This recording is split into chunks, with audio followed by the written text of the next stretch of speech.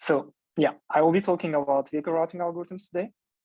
So I will talk about first last mile delivery, because this is the main domain that vehicle routing algorithms are used for. So what is last mile delivery? It's the act of moving goods from some distribution center to a final delivery destination. You're all ordering from online retailers every day, and they are leaving some depots and arriving in the final destination point and final destination depot. And last mile delivery is focused on delivering to the end customer. The goal is to deliver the items as fast as possible and within the promised time window, because most of the companies are promising customers to deliver packages within a given time window. It might be early in the morning, early in the evening, etc. It is the most expensive part of the supply chain costs. Over 41% of the total supply chain costs are attributed to last mile delivery, and improving this process by a couple of percent easily converts to millions of dollars of savings for many companies. Many customers didn't complete a purchase because it doesn't arrive on time. Imagine on Christmas or in Bayrams, or when you forget a birthday and you want to purchase something. If it doesn't arrive on time, if it doesn't promise a 24-hour delivery, customers won't purchase that. Delivering timely is very important for retailers. And many customers also will leave your company and go for another company who will deliver faster. And it's also for companies, apart from customer loyalty, you save a lot of costs by saving from driving salaries, gas consumption, and not losing customers.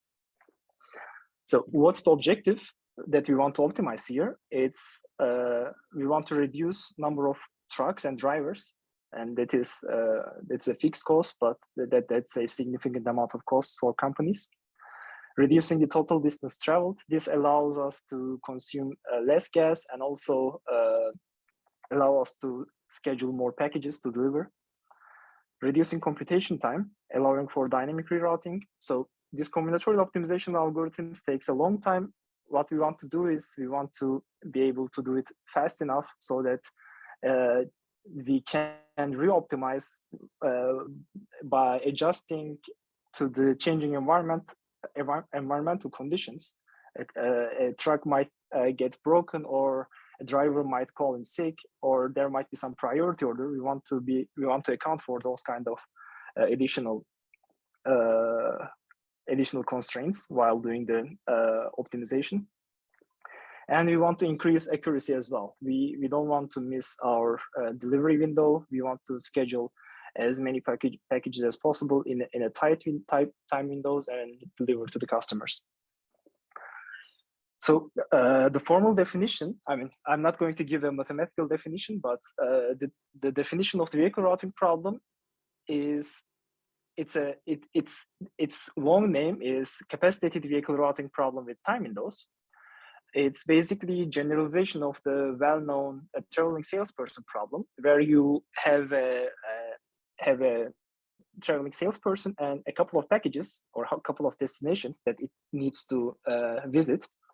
But with CVRP TW, you have many different vehicles, and you have many different nodes, and you need to find the best distribution of the packages to the vehicles, and then find the best path for each of the vehicles by optimizing the distance. And as a byproduct, we also optimize for number of vehicles as well. So this in the vanilla version, so vanilla version of this problem is called VRP, just vehicle routing problem. In that problem, it doesn't have any demand capacity constraints, but in capacitated vehicle routing problem with time window, every package has different demands. It might be volume or weight. They have a time window, time horizon that they can be delivered, which is latest and earliest times. So you cannot deliver earlier than the earliest time. If you arrive earlier, you have to wait in front of the door because the customer is not yet ready yet. And If you arrive later than the latest time, you miss the delivery and you have to deliver later, the next day. So it's a failed delivery. And we also want to, of course, minimize the wait time. We don't want our drivers to stay in front of the doors of the customers. So current approaches of solving vehicle routing problem are exact algorithms, which are branch and bound and dynamic programming. Those find the absolute best optimum solution. But after a couple of nodes, I think around 20 or something, for current computers, it's practically impossible to solve with many of the exact algorithms. So bigger problems are not easily solved. The state of the art for vehicle routing algorithms are heuristics.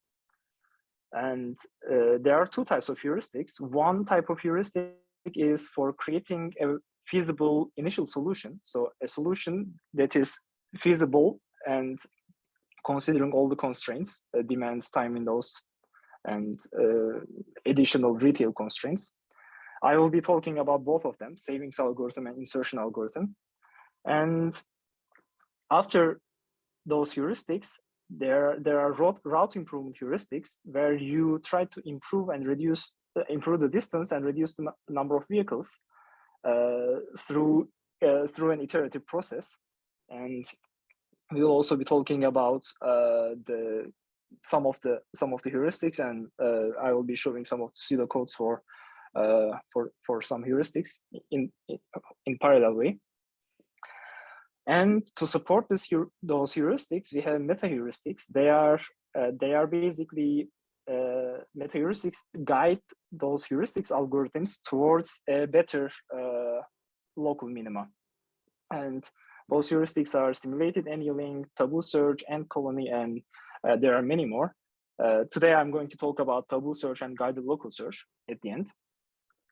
There are also some research on deep learning sites, like reinforcement learning and transformer networks, but these are very early and not mature enough, and they are nowhere close to heuristic-based algorithms, and they struggle a lot with meeting the hard constraints of demands and time windows. So it is still under heavy research. So the hardness of the complex routing comes from the combinatorial complexity. It's an NP-hard problem. So there is 87 billion ways to visit 15 different locations, and it's not practical to basically explore all possible ways. There are hard constraints for each of the delivery packages, and you need to meet them. So this adds an additional dimension of constraint. And on top of these two basic constraints, there are mixed fleet constraints where you might have different trucks with different speeds, different capacities. Today, this is not our topic, but I just wanted to show what is the struggles of the routing. So estimating global minimum is extremely hard because the search space is very, very big. And there are thousands of local minimum, not thousands of billions and trillions of local minimum. And estimating the global minimum and coming close to that is a hard process. And even today, after years of research, still the benchmark problems are improving. So every year there are new best known solutions and improvements. So the research is still going on.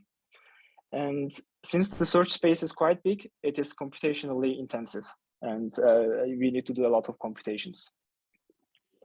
Okay, this is a duplicate slide. Sorry for that. So the first, I would like to start with, okay, just a moment. Did I start the, okay. Okay, sorry. I'm missing some slides. Just a moment.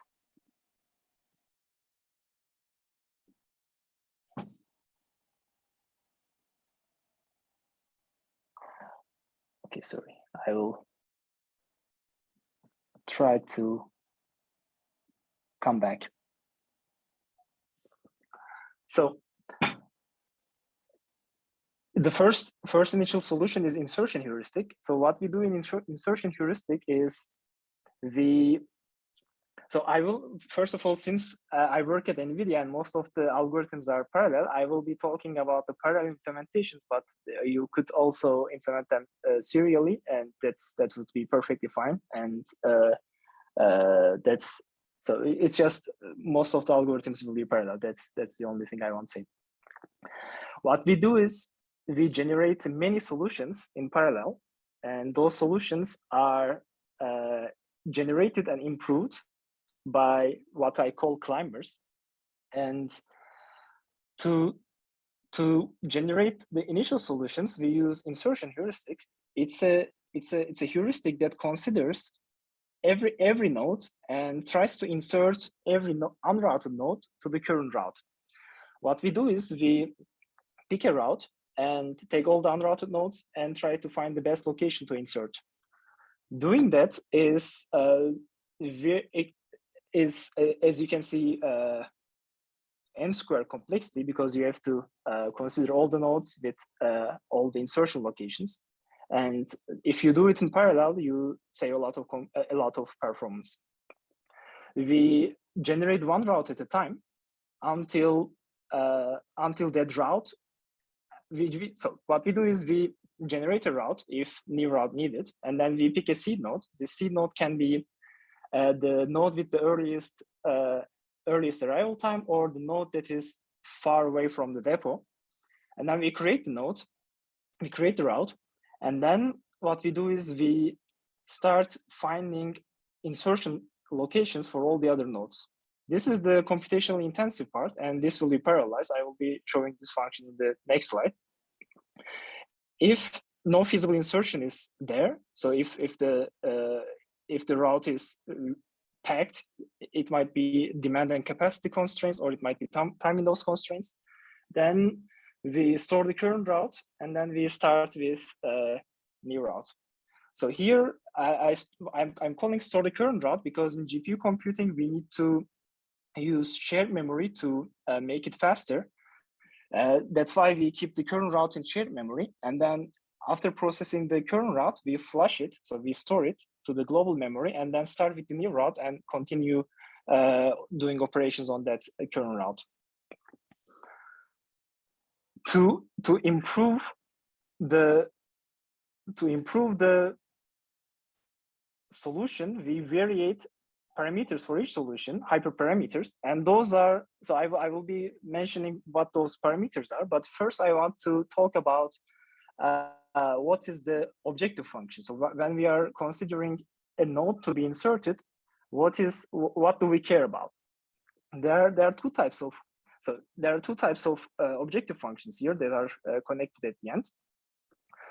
First, we consider, so if we consider inserting this node U between I and J, we want to account how much additional distance we are adding to the solution.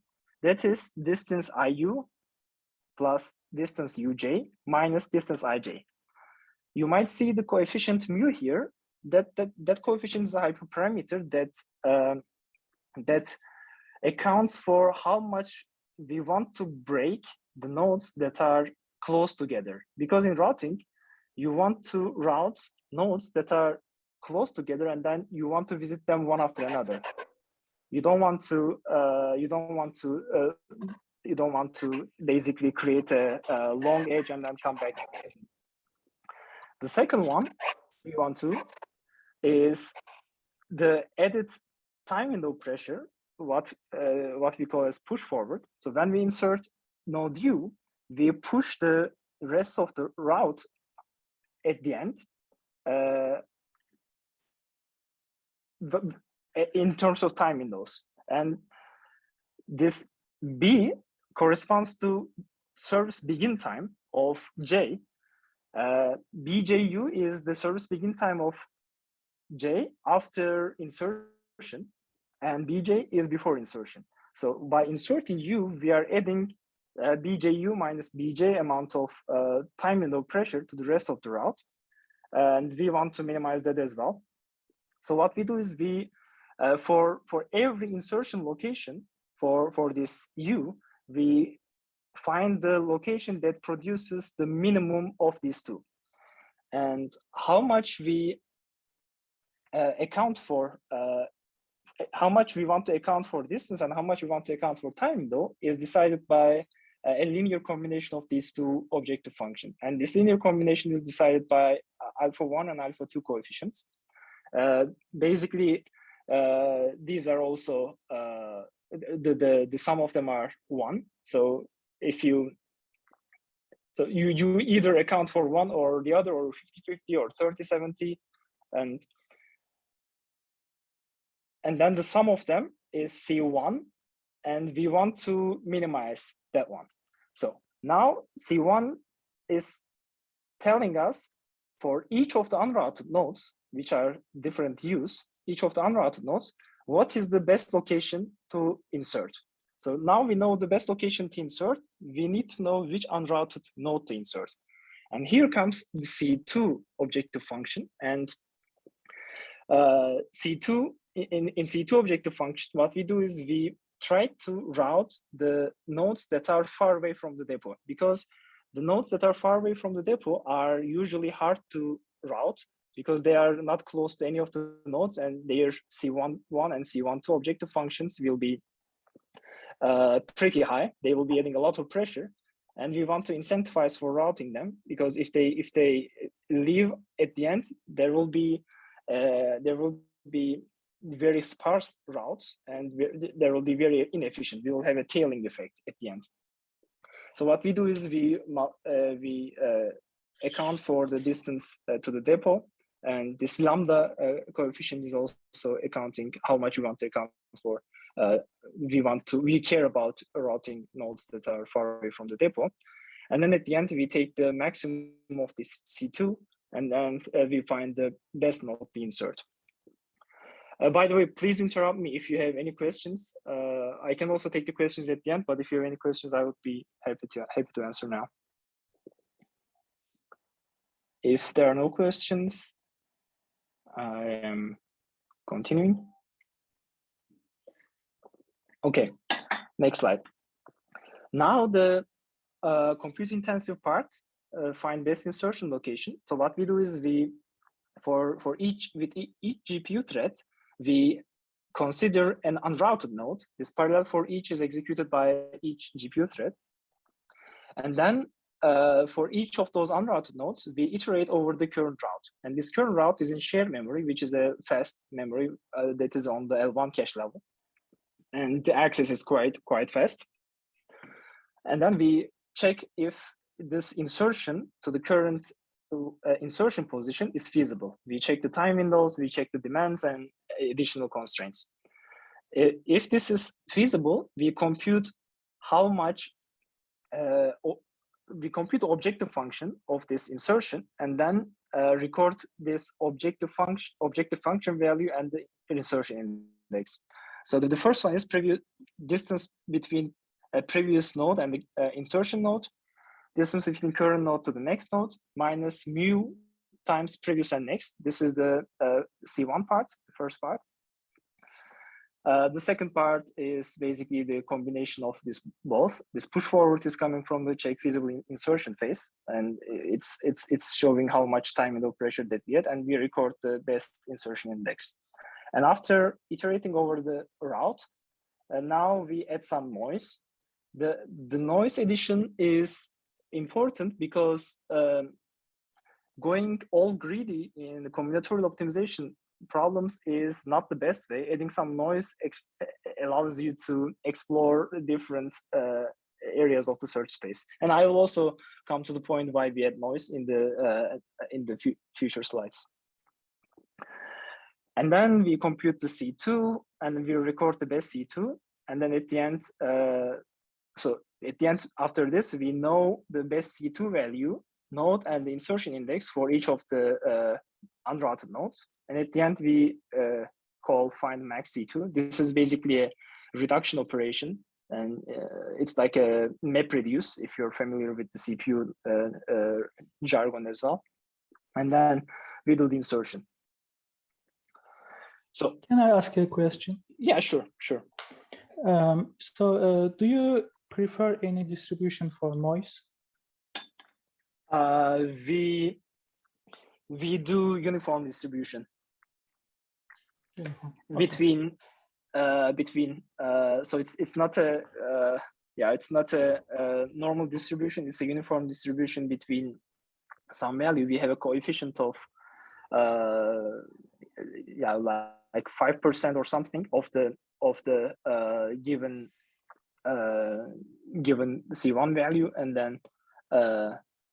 then we add between 0 to 0.05 times of the given value as a noise. So it's a uniform distribution. Okay, thank you.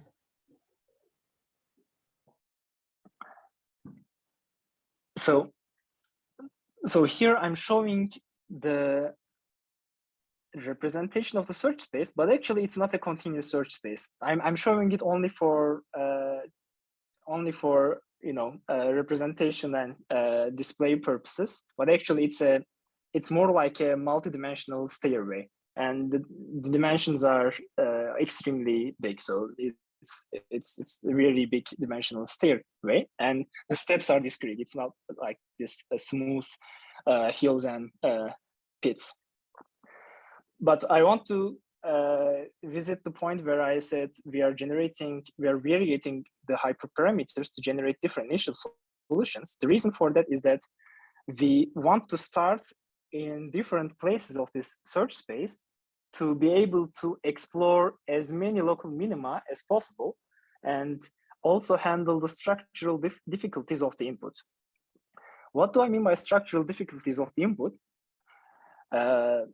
In local search, it is not always possible to do an uphill or downhill move because the constraints are not allowing you to do that, time windows or demand. But actually, maybe if you could do that one uphill move or downhill move, there will be another move that will take you to a much better local minimum. But since you cannot jump 2 steps at a time, this is very hard if you start from a point and try to go to a local minimum. But if you start from many different locations, it is more likely that you will find a path to a good local minimum. And here on the representation, so as you can see, there's a global minimum, and it's not possible to reach this global minimum from the points on the right side, because maybe there are some constraints that don't allow you to take a uphill step. But this leftmost node can reach to this local minimum, and that helps us basically find good local minimums. I mean, I'm saying here global minimum, but let's consider this as a small example, because since it's an NPR problem, we don't know where global minimum is for reasonable big problems, and it's basically NP equals P problem, and as long as it's not solved, we don't know if we ever find a global minimum at the end. And this different initial solutions also help us handle mixed fleet combinations, where it's adding another combinatorial dimension, because you don't know which vehicle to start scheduling first, or which vehicle is going faster, and etc. But if you variate them in different solutions, you are more likely to find a better solution.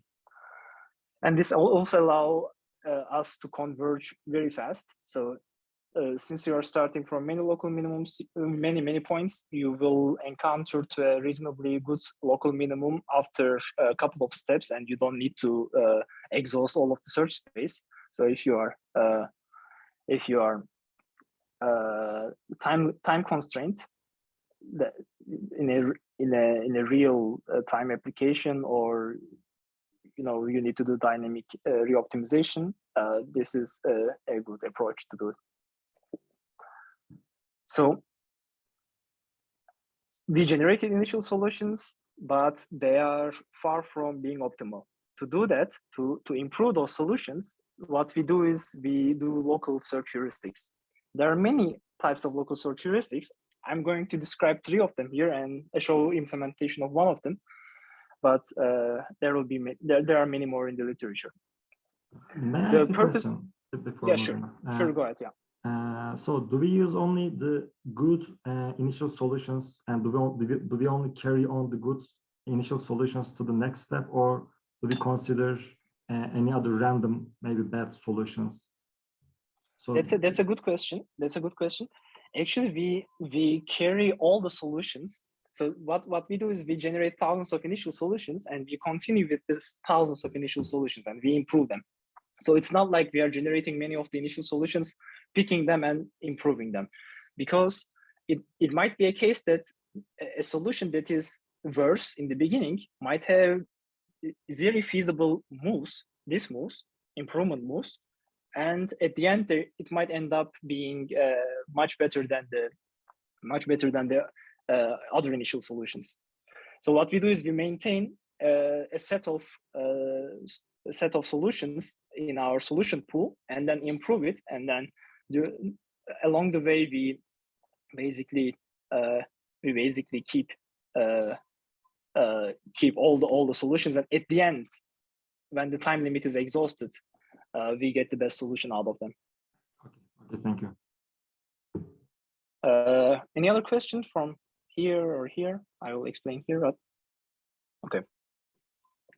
So heuristics are useful for local search, and in the vehicle routing case, it's helping us reducing the distance, and as a side effect, it also reduces the vehicle.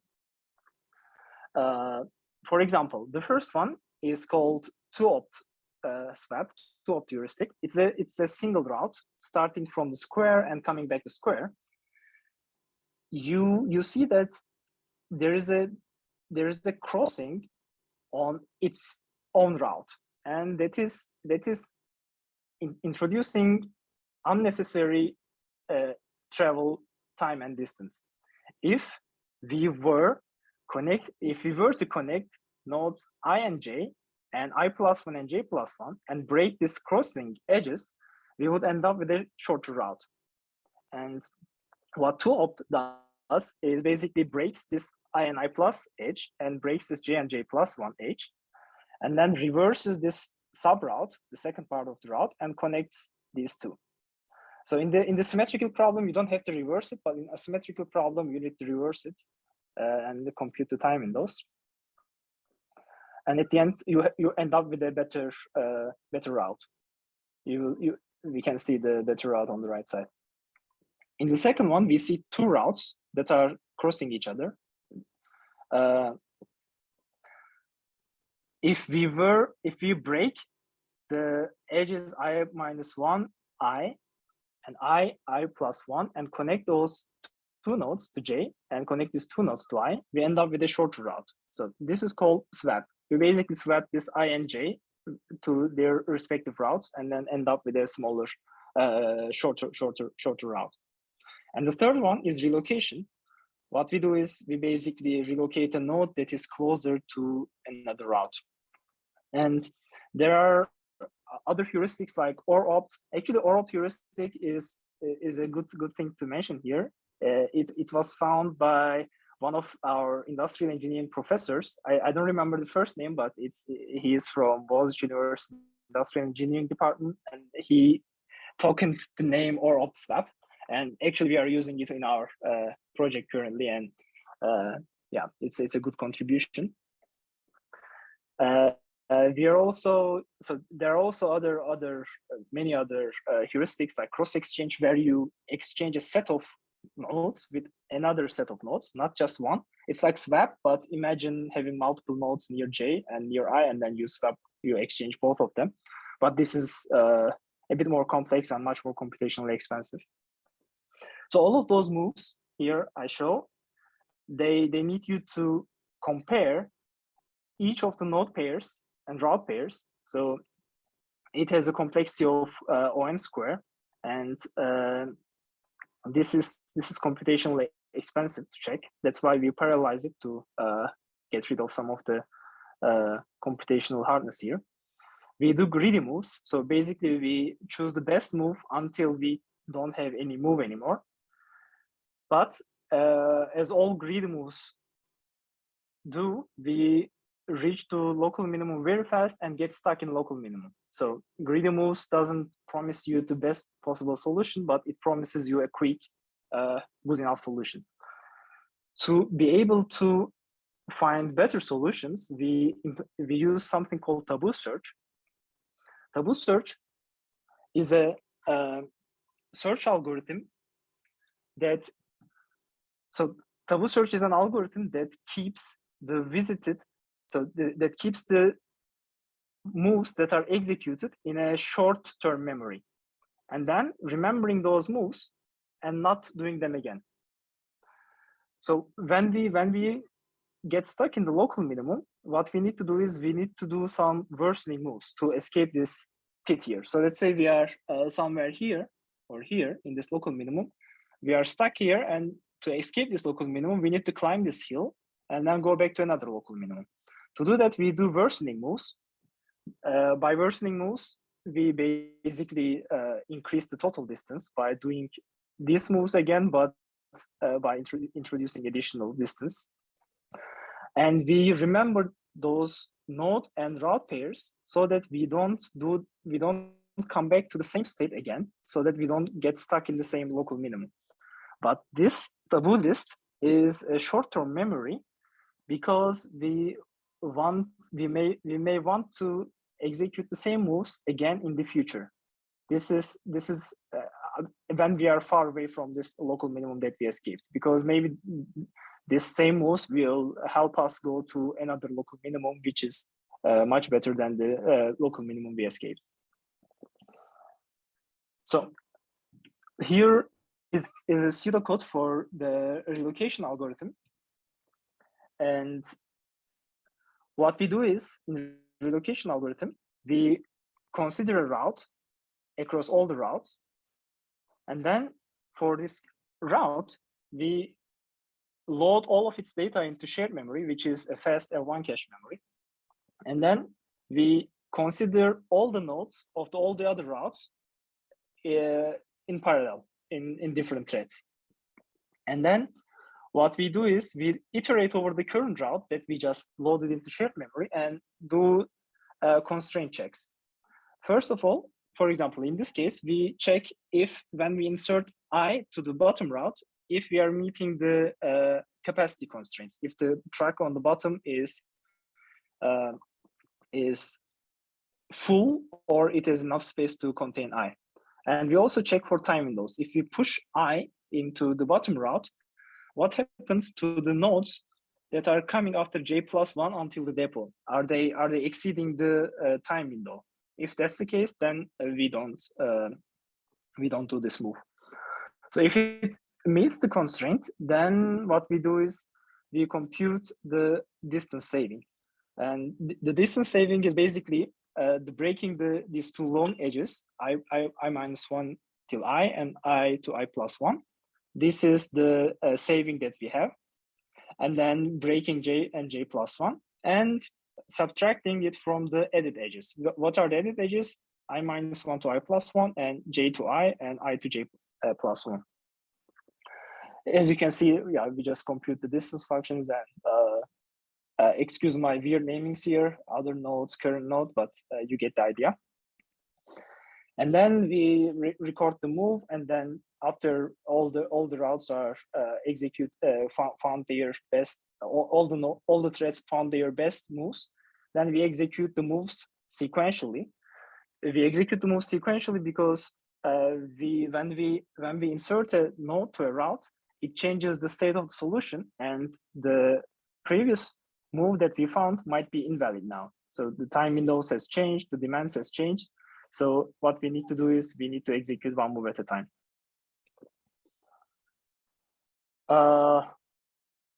Okay. Taboo search, I mentioned it a bit, but I want to mention a bit more. It is required to escape the local minimum. And what we do is we go to the best non-taboo neighbor solution when in local minimum, and then continue going back until we escape this local minimum. The length of this taboo list is square root of nodes. This is an experimental value that was found by the researchers. And since we are stepping back, we always remember the best local minimums that we visited. We don't want to forget them, because at the end, maybe we never end up with the better local minimum than we already found. So what we want to do is we want to remember all of them. Another meta heuristics additional to Taboo Search that we use is guided local search. Guided local search is a meta heuristic to penalize the unwanted features in the solution space. The unwanted features might be different for different domains of problems, but in this domain, the unwanted features are the longest edges, longest arcs. We don't want a very long edge in our solution, because that's probably a bad scheduling, sign of bad scheduling. So we penalize long arcs, and also long wait time. So with the long wait time, we also address the time window aspect of the constraints, because if a vehicle is waiting a long time at a destination, this is a bad thing for the solution. So what we do is we at each local minimum, when we get stuck, we penalize one of the edges, and then we basically flatten out this local minimum to escape to a better local minimum, because probably this longest edge or longest wait time is keeping you stuck in this local minimum, and penalizing this edge is making the solution worse by, as you can see, is increasing the objective function. But at the end, by increasing this, you might be able to jump to a better local minimum. So it's kind of a intensification phase where you sacrifice a short-term objective for a long-term objective. And this is usually the case for most of the combinatorial optimization algorithms. You have a diversification and intensification phase, and you usually use hybrid algorithms to mix those to orchestrate those diversification and intensification phases. In our solution, the intensification case is the guided local search, where we intensify towards a better local minimum by penalizing the edges, and diversification case is the taboo search, where we escape the local minimum. So how do we penalize in the guided local search? We keep a pairwise penalty matrix for each of the edge pairs. So each of the pairs of the node, so every possible edge. And we penalize the longest edge, but not quite the longest edge. The reason I'm saying not quite, because here, imagine this, so look at this set of nodes. Here, the longest edge is A and C, but A is actually, so we are not seeing the rest of the route, but A should be part of this route rather than this CE, because there is no any other route near CA that it can be routed, but with CE there might be other routes. So actually the point is how far is the node from the rest of the route, not just the rest of the other nodes. So we don't care about the longest edge, but we care about the route itself. So how do we decide that? We decide that by looking at the neighbors of the edges. So the edge E to B has neighbors B to F and D to E. While deciding on what to penalize, we take an average of these three edges. So the forward edge and the backward edge. And then the average of these three edges is telling you how far away is this node from the route itself. And here, if you see this A, the average for this A is A to C and C to D, this is very close. So this A is actually semantically closer to the route than E, because the average edge of the neighbors are smaller. So here we penalize basically the edge, the E to B. But as you can guess, as we penalize edges, we want to avoid over penalizing. To do that, in our utility function, we divide by the number of times that we already penalize the current edge. And here on the denominator, this 1 plus Pij is so this Pij is the number of times that a certain edge has been penalized. And as it increases, the utility function decreases, so it's much harder to penalize the same edge. So what we do is we basically address the different penalties along the way. So these were the algorithms. Now I will be have a question. Yeah, sure, go ahead. How do you penalize waiting duration? A very good question. The waiting duration is penalized by just taking the longest penalty, longest wait time. It's not a complex utility function like this, so it doesn't take care of how far away is the route node from the rest of the route, because I don't know how we can account for the time window, because it's not a spatial property, but it's a time property.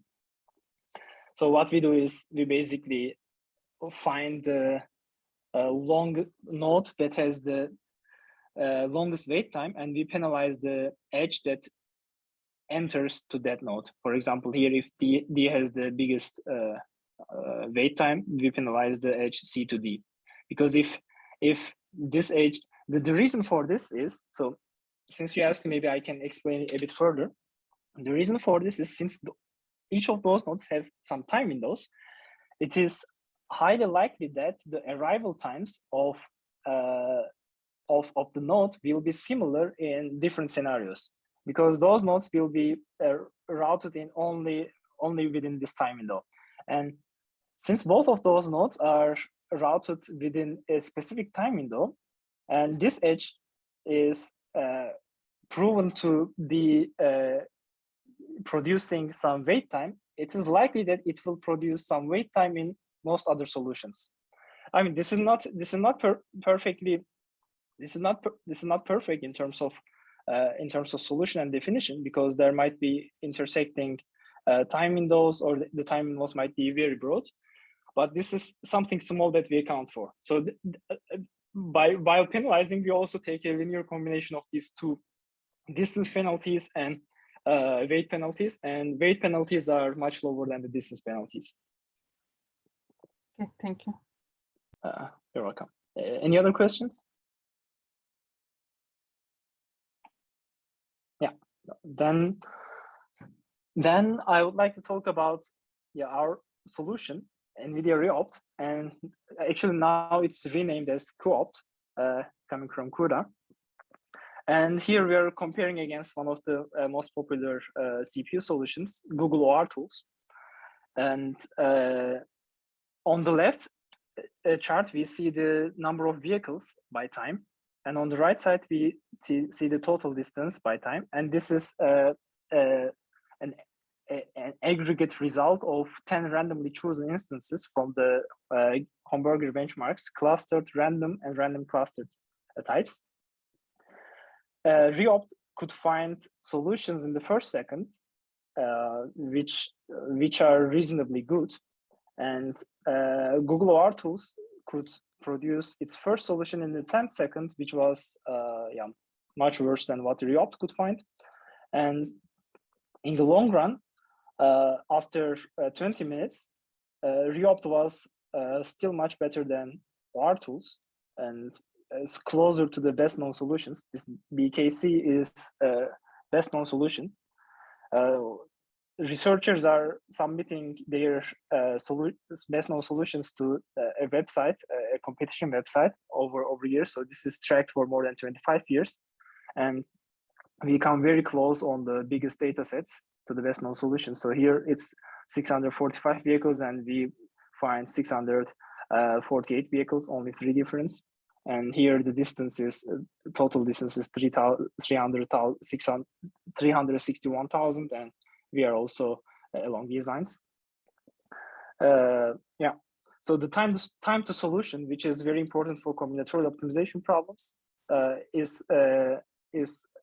is reasonably good with NVIDIA Reopt, which is provided by the massive parallelization that we have in the GPUs. And here are the long-term results of the solution. So these are run for each of them 10 minutes, 20 minutes. And on the left one, we see the we see the chart of vehicle count gap from the best known solutions. So we find 0 gap. So we find the best known solutions on 190 instances, and we find only 1 vehicle difference in 67 instances, 22 instances have 2 vehicle difference, 15 instances has 3 vehicle difference, and we have 4, 5, 6 as 2 vehicle difference. On 2 instances, we have 4, 5, 6 different vehicles. On average, we are 2.96% away from the all the best known solutions. On the right side, we see the distance gap. So these are the intervals on the bottom. So to be able to create a histogram, I needed to create intervals, and because I wanted to show in how many instances we are comparable to the best known solutions, and in how many instances we are worse. So in most of them, 60 of them in the middle, we are between 1.5 and 4.5 distance gap.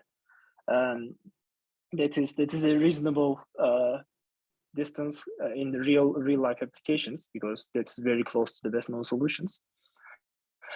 And some of them, like on the right side, we have 20 to 23% distance gap. These are the solution types that the solver is not yet good enough, and probably we cannot handle some of the structural properties of some of the instances. You will see some interesting thing here, which is negative distance gap. So does that mean that we find better solution compared to the best known solutions that were published for the last 20-25 years? No, it doesn't mean that. The reason is, when you have an additional vehicle, you have a relaxation in the time windows, so that you can optimize for distance better. And in those 13, 5, and 4 instances that I show here, we produce more vehicles than the best known solutions, and yeah, that allows us to optimize for distance better. So in real life, sorry for the mixture. It's yeah, the alignment. It was in the Microsoft PowerPoint, and when it's uploaded, it probably slided a bit. In practice, nothing. So things are not vanilla CBRPTW, but there are additional constraints and features. In real life, what happens is that you get you don't have Euclidean points and Euclidean distances, but what you have is a input distance matrix that are generated from map engines like Open Maps or Google Maps or Yandex Maps, whatever. It gives the pairwise real distance, and basically considering the route conditions and traffic and time, etc. You can provide time and cost matrix. So the time matrix is how much time does it take to go from point A to B, and cost matrix is how much does it cost to the company to go from A to B. You might have heterogeneous fleets where you have different vehicles, different capacities, different speeds, different vehicle time in those. So some vehicles might start early, some vehicles might start later. Drivers might have different different shifts. Vehicle priorities, where you might have a primary fleet and a secondary fleet. This is particularly useful for companies who maintain their fleet of vehicles, and then when they have excess amount of orders, they outsource their orders to a courier company. In Turkey, it might be, I don't know, Heuristics Cargo or whatever. Max wait time. So we don't want our drivers to wait in front of the door for a very long time. So we limit the maximum wait time. Soft time windows. So you might want to achieve a solution no matter what, even though it doesn't meet your hard time window constraints. You are in a very hard position and you want to deliver, even though if you're delivering late. What you do is you penalize the additional lateness. So when you arrive later than the latest time window, and then try to route all the nodes. And this is useful. This is used by Domino's Pizza, which delivers basically millions of pizzas in Super Bowl times, because in Super Bowl in USA, everybody orders pizza and they cannot cope with that, and they want to deliver all the pizza, and they with this feature they can do that. For different companies and problems, you might the industrial needs, you might provide different solution strategies, like only hill climbing or just Taboo Search, or Taboo Search mixed with guided local search, and you might want to do different initial solutions as well. Custom cost functions, you might have you might attribute different costs to different vehicles. You might want, so it's basically a linear combination of different properties: time, cost, vehicle, wait time, the aggregate time, average package time. So how much time on average a vehicle carries a package, etc. Minimum vehicles. This is also used for Domino's, where they want to utilize all of their motor couriers at all times. They don't want their couriers to wait. They want to deliver pizza very fast. So even if we can generate a lower number of vehicles, we want to utilize all of them. Drop return trips. You might leave a depot and schedule all your packages, but at the end, your driver might go just home or some other place. So you ignore the edge between the last destination to your depot. Pickup and deliveries. This is useful for courier companies, assembly lines, warehouse optimizations, where you pick up some goods from some place and deliver to some other place. Feeding initial solutions, we might want to feed user-generated initial solutions and then improve them with the heuristics. Precise time limits, you want to, in a real-time system, you might have time limit constraints where you want to have solution at an exact time. So you basically set a time limit and the solver returns at the time limit. That was it. I would be happy to answer your questions. Thank you very much, Akif. That was brilliant, I think. Thank you so much. Is there any question? I have a question. Sure. In each time we have different routes in our solution space, right? So what do you mean by each time? So when running the algorithm, we hold different routes, right? Route alternatives. Yes. So in the Taboo Search, do you share those memory throughout all alternative routes, or they have private Taboo memory for each? That's a good question. We considered that, but the thing is, you need to, so the thing is, all of the climbers, the solutions, are in a different state. So they are not in the same local minimum, and they don't want to escape the same local minimum. So when you're making a move at a local minimum that you escape, that move might be an improving and good move for a climber that is in a completely different state. So it's not trivial or easy to share this information across climbers. But what we do is we actually share, it's possible to share this wait times across climbers, because this edge that introduces a wait time is a common property of the problem, not to the climber state. So if you are waiting a long time between two nodes, it's likely that you will wait between those two nodes in any other solution. So this is shared across climbers. Yeah. Okay. There are also other ways of sharing, utilizing many different solution states, population-based algorithms. There are ant colony optimization. This is also a meta-heuristic, where you release ants from the depot, and then they are just randomly, almost randomly, traveling across all possible roads. While traveling, they leave pheromones. Pheromones are basically some weights on the edges that expire over time, so that gets lower and lower. And then at the end, when you release all of those ends and they travel all of the possible edges, it is after some time you prefer edges that have more pheromone than less pheromone. So what happens is you follow what other ends previously followed, and this stochastic process iteratively converges to a good solution. And at the end, you end up with a route that all ends prefer, and you create the route with the most pheromones in it.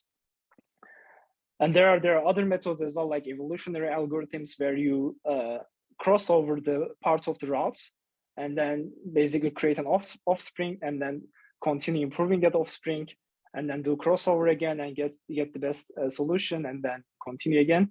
But this is not very trivial because of the constraints. Because while doing crossover, you violate tons of constraints, and not very trivial. Okay, thank you. The results are then better using these methods.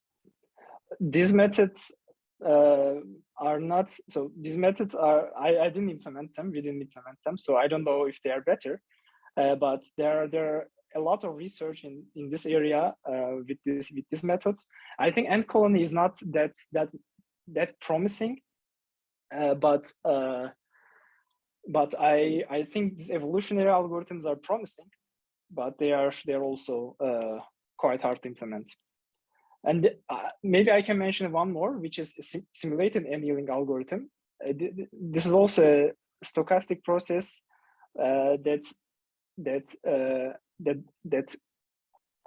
explores worse solutions and good solutions by some parameter, and then as the time goes, you explore good solutions more than bad solutions. In the beginning, you explore, and in the end, you basically intensify towards a better solution. And so the thing is, all of the algorithms that I taught here are for routing, but actually they can be applied to other types of combinatorial optimization problems. I mean, the moves maybe will not be like two-opt or exchange, but there will be, for example, in set solvers, which I will probably talk in the following months, which will be flipping a bit instead of doing a complete node relocation or exchange. So the idea is basically transitioning from a solution state to a neighboring state, and each of those solution states have an objective value. And while doing this transition, you make a step, and at every step, you consider these local searches and meta heuristics, and then go towards the better neighbors until you find a local minimum, and then continue this process until you explore a very good local minimum. Thanks.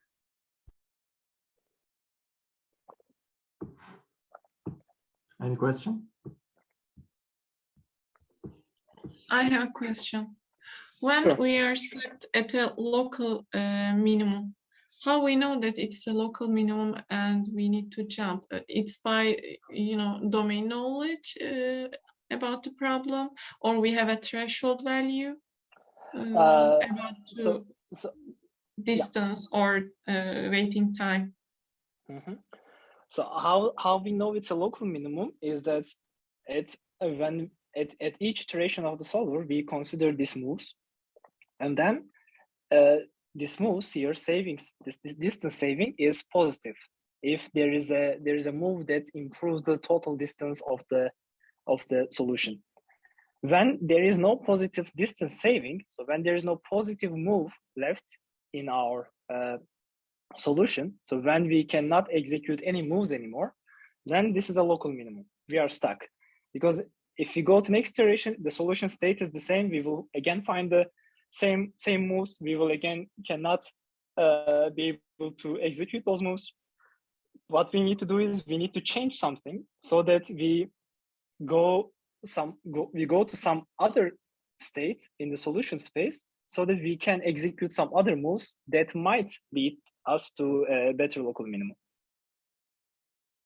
But I understand that. But what's the difference of that with the things that we see in the global minimum? In that time also we are stuck. We made a lot of moves, but we are always at a minimum point. We cannot go over there. So let me explain let me repeat the question and tell me if I understood it correctly. I understand the phenomena of being stuck at a minimum point, but the things that I don't understand, how we understand if it is global or local. We don't understand that. That's impossible to understand because it's an NPR problem. You can never know if a local minimum that you reached is a global minimum, because it's by domain knowledge that you decide to stop at a certain point or stop to run again the algorithm, etc. So there are two things to consider here. One is the time limit. So when the time limit is done, you report the best local minimum that you already explored. The second is if there's no time limit and the solver needs to decide, so maybe you want to decide what is the best, then you might have some kind of relative merit, which is how much I improved during the last iterations. If you didn't improve, let's say in the last 100 iterations, then it's likely that you are already stuck in, you already explored a very good local minimum and you are not finding a better one. So, but if you're still improving, if you're still finding a new local minimum after iteration, it means that there's still a lot of space to explore for you, and you might, you may find that. So considering these two things, you terminate the program. I see. Thank you. You're welcome.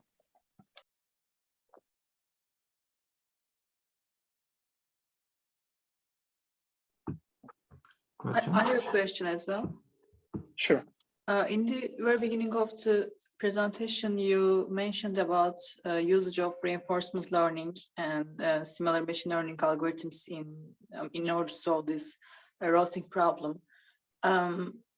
Do you know how reward is given in this scenario? Because it's hard to determine, like, if in a node whether it's a good route or not. How the reward function is formulated for this problem? So I'm not a deep learning expert, and I don't have expert knowledge in this area, but my guess would be that so the hard part for deep learning to optimize these problems is the constraints, the demand and capacity constraints and time window constraints. So if you're in a route, if let's say the deep learning solution created a route, and some of the demands of the nodes are exceeding the vehicle capacity, then you probably penalize the excess capacity, and you want to get rid of it. The same goes with the time window excess. When you are not meeting the time windows, you basically penalize them, or reward the ones that meet the time window. So and then since these are hard constraints, you need to reward and penalize them first. And as a second objective, you might want to, reward a shorter distance and fewer number of vehicles. But as I say, I don't know, and this is just a rough guess from my domain knowledge, and I don't have any knowledge of deep learning solutions. I just know that there are research in this area, but I'm not deep into this. I see. Thank you. Yeah, you're welcome.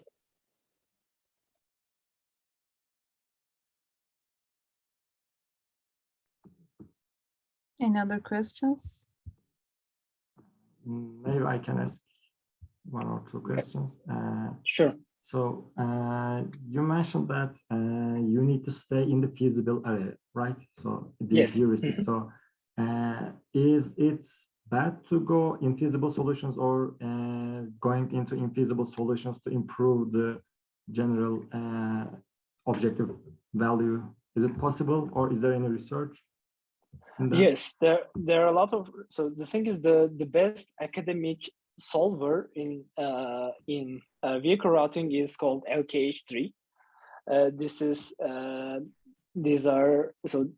That guy basically devoted his life in vehicle routing, and he has a very comprehensive solver, which is very slow and it takes a lot of time to solve. But when it solves, it finds a very, very good solution. And the working mechanism of LKH3 is basically leaving the feasible region, and doing some moves that are not feasible, and then try to go back into feasible region by again doing this local search. But while doing this, it's penalizing this this violations of time windows, because if there's time window violation, the solution is not valid. And what we want to do is, as the iterations go, as the solution move forward, we want to increase the penalties of this time windows, so that this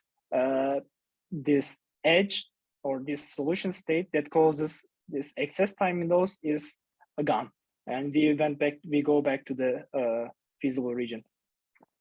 And this is actually pretty useful. And the thing is, many of the record-breaking algorithms in the literature are leaving the feasible region, but they require, of course, edit implementation, and they might take longer time, and you might be in a state where you are not converging very fast, but at the end maybe you are finding a better solution.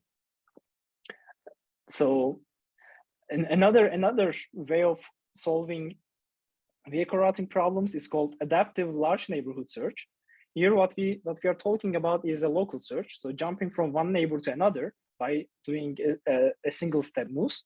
In adaptive large neighborhood search, what you do is you basically break multiple edges in multiple routes and in multiple locations, and then reconnect them to the rest of the routes and the rest of the nodes. By doing that, imagine this schema. By breaking and connecting multiple edges, you are jumping many steps at a time. So in local search, you're only climbing one step or going down one step at a time. But if you do adaptive large neighbor search by breaking and repairing many edges at the same time, you jump a lot. But the disadvantage of this is you almost always end up in an infeasible solution, and you need to find a feasible region along the area that you jumped. So if you're here and did an adaptive large neighborhood search and jumped here, let's say, here it's probably not feasible, and then you do a local search around here with the objective function of minimizing the violations, and then you find the feasible region. And this might take a long time. So this might, yeah, there are many approaches, and some have advantages over others. Some are good in some aspects, some are good in other aspects. But yeah, that's a perfectly valid way, and that's a good question. Thanks for asking. Thank you for answering. So any more questions? So maybe I have some more, but I don't know. So is there any more?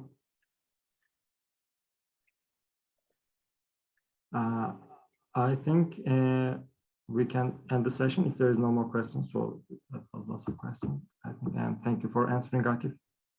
You're welcome.